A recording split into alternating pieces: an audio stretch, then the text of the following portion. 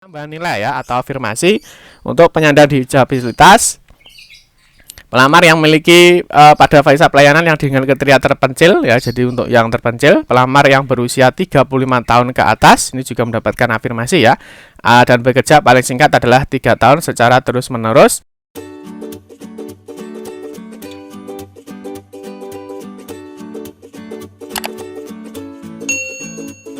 Assalamualaikum warahmatullahi wabarakatuh. Berjumpa kembali teman-teman di channel kita ya, Mas Tio KDR.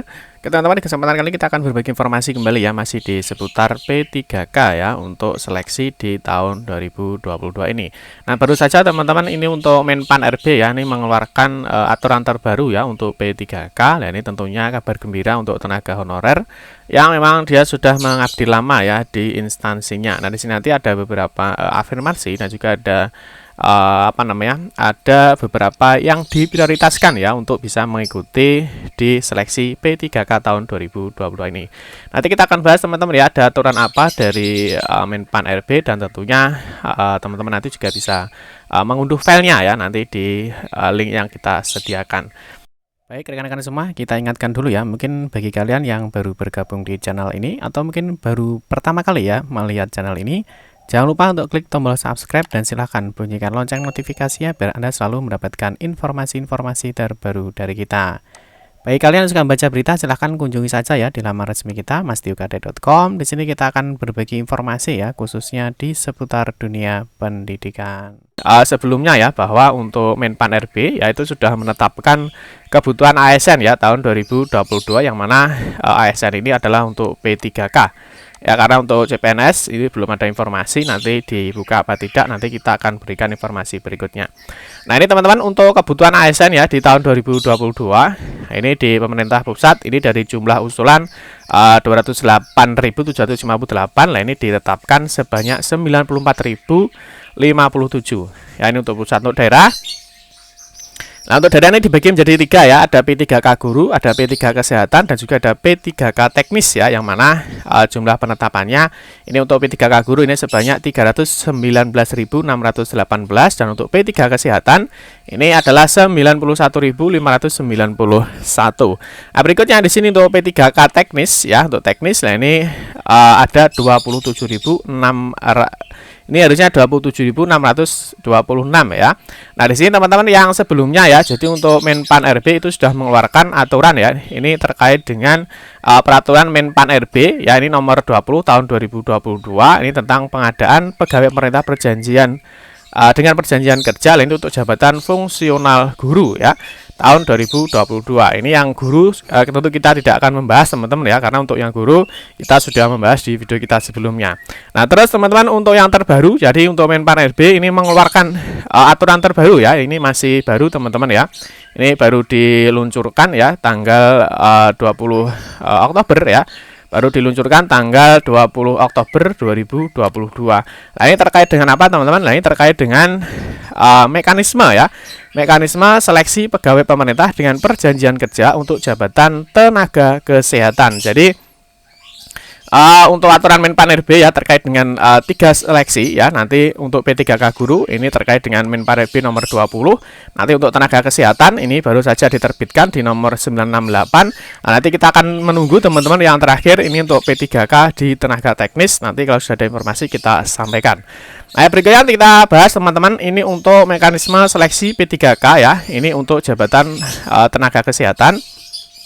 Nah, di sini kita jelaskan teman-teman untuk yang di sini ya. Di sini ada memperhatikan surat Menteri Kesehatan ya nomor sekian tanggal 3 Oktober 2022 perihal penyampaian usulan rekomendasi kebijakan P3K untuk jabatan kesehatan dari tenaga kesehatan non-ASN pada instansi pusat dan instansi daerah 2022. Nah, berikutnya teman-teman yang perlu dipahami ya. Jadi ini untuk pelamar. Jadi kalau di P3K guru juga ada ya, siapa saja yang bisa melamar untuk P3K guru. Nah, di sini untuk P3K kesehatan di sini juga jelaskan di diktum 1 ya, bahwa pelamar yang dapat melamar sebagai pegawai pemerintah dengan perjanjian kerja pada jabatan fungsional tenaga kesehatan tahun anggaran 2022 ini terdiri dari 2 kategori ya. Yang pertama adalah X tenaga honorer kategori 2 yang terdaftar dalam pangkalan data database pada Badan Kepegawaian Negara. Jadi ini hampir sama ya dengan yang guru ataupun di tenaga kependidikan ya. Jadi masih diutamakan yang X honorer kategori 2. Yang kedua, tenaga kesehatan non-aparatur sipil negara yang terdaftar di Sistem Informasi Sumber Daya Manusia Kesehatan atau SISDMK Kementerian Kesehatan. Nah, ini mungkin kalau di P3K Guru ya masuk di dalam Dapodik. Jadi memang ini mengakomodir teman-teman untuk tenaga honorer tentunya akan menjadi prioritas ya di dalam seleksi P3K tahun 2022 ini.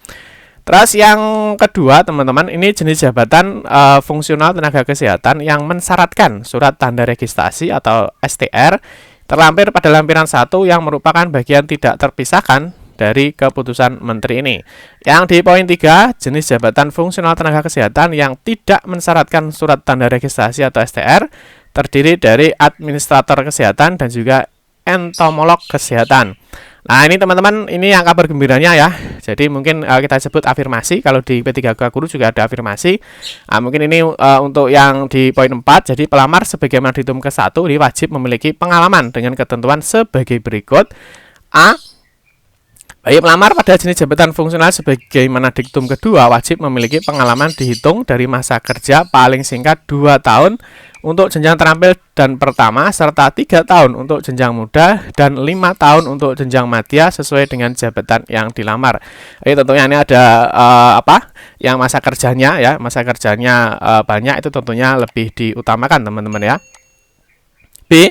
Bagi pelamar pada jenis jabatan fungsional sebagaimana diktum ketiga wajib memiliki pengalaman dihitung dari masa kerja paling singkat 3 tahun untuk jenjang terampil dan pertama serta 5 tahun untuk jenjang muda dan madya sesuai dengan jabatan yang dilamar. Yang poin kelima teman-teman, ini untuk masa kerja pelamar sebagaimana diktum keempat, yakni dibuktikan dengan surat keterangan yang ditandatangani oleh Kepala Puskesmas bagi pelamar yang memiliki pengalaman kerja di Puskesmas.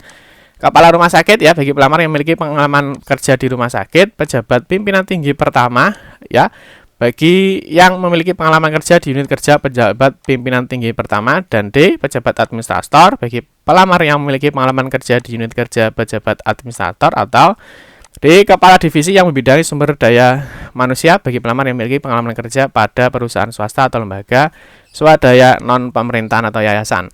Nah, di Kemen teman-teman, ini untuk seleksi pegawai pemerintah dengan perjanjian kerja untuk jabatan fungsional kesehatan ini terdiri 2 tahap ya. Ini ada tahap seleksi administrasi dan juga ada seleksi untuk kompetensinya. Yang mana di sini untuk kompetensi teknis, seleksi kompetensi manajerial, seleksi kompetensi sosial kultur dan wawancara. Yang ketujuh ya, untuk seleksi sebagaimana diktum ke-6 dilaksanakan dengan menggunakan sistem CAT ya, yang didukung oleh atau yang diselenggarakan oleh Badan Kepegawaian Negara dengan dukungan sarana prasarana dari Kementerian Kesehatan.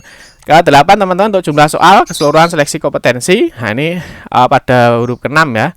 B ada 145 soal dengan rincian seleksi kompetensi teknis 90, seleksi kompetensi manajerial 25, seleksi kompetensi sosiokultural 20, dan yang terakhir untuk wawancara adalah 10 butir soal. Nah, ini untuk yang ke-9 teman-teman, di sini dijelaskan juga ya. Di ke-9, ini ke-8, ini juga dijelaskan untuk seleksi kompetensi, ini untuk jumlah durasi waktunya ya, di sini juga ada dijelaskan. Terus yang ke-11, ke-12 ini juga ada untuk pembobotan ya. Ini untuk materi-materi soalnya, nanti Bapak Ibu bisa cek di sendiri. Untuk yang ke-13 ada nilai kumulatif paling tinggi ya. Jadi artinya tetap menggunakan ranking ya. Nah, nanti tentunya di sini juga ada nilai yang paling tinggi berapa di setiap seleksi kompetensinya. Terus di sini untuk nilai ambang batas ya, untuk nilai ambang batasnya, nah di sini juga sudah dijelaskan berapa untuk nilai ambang batasnya. Terus yang ke-15 di sini untuk ini ya. Nah, ini kompetensi teknis bagi pelamar diberikan penambahan nilai ya atau afirmasi untuk penyandang disabilitas. Pelamar yang memiliki pada fase pelayanan yang dengan kriteria terpencil ya. Jadi untuk yang terpencil, pelamar yang berusia 35 tahun ke atas ini juga mendapatkan afirmasi ya. Dan bekerja paling singkat adalah 3 tahun secara terus-menerus. Nah, ini mendapatkan tambahan nilai sebesar 25%. Ini afirmasi ya, mungkin hampir sama dengan yang di P3K Guru. Terus yang pelamar yang pelamar yang melamar di fasilitas kesehatan tempat bekerja saat ini sebagai non aparatur sipil negara, teman-teman mendapat tambahan sebesar 15%. Pelamar yang sedang dan atau telah melaksanakan pengabdian berupa salah satu pelayanan kesehatan. Nah, ini di beberapa unit ini ya, ini juga mendapatkan penambahan nilai ya atau afirmasi 5%. Nah, terus dari nilai paling tinggi kompetensi teknis yaitu sebesar 23 ya. Yang ke-16 dalam hal pelamar mendapatkan tambahan nilai sebagaimana dimaksud dalam diktum ke-15 secara kumulatif diberikan nilai kompetensi teknis tidak lebih dari 100%. Yang ke-17 tata cara verifikasi penilaian kompetensi dan seterusnya ya. Di sini nanti akan disusun oleh Kementerian Kesehatan. Dan yang ke-18 ya, pelamar yang tidak dinyatakan lulus dan diangkat pegawai pemerintah dengan perjanjian kerja diberikan gaji sesuai dengan pangkat sebagaimana tercantum dalam lampiran 2 yang merupakan bagian tidak terpisahkan. Nah, terakhir keputusan ini diberlakukan sejak tanggal ditetapkan tanggal 20 Oktober 2022. Nah, ini jika ada kekeliruan nanti akan diubah sebagaimana mestinya. Terus yang berikutnya di sini ada untuk lampiran satunya ya. Jadi lampiran satu ini untuk daftar jenis jabatan fungsional kesehatan yang mensyaratkan surat tanda registrasi ya atau STR. Nanti Bapak Ibu bisa cek sendiri ya di sini.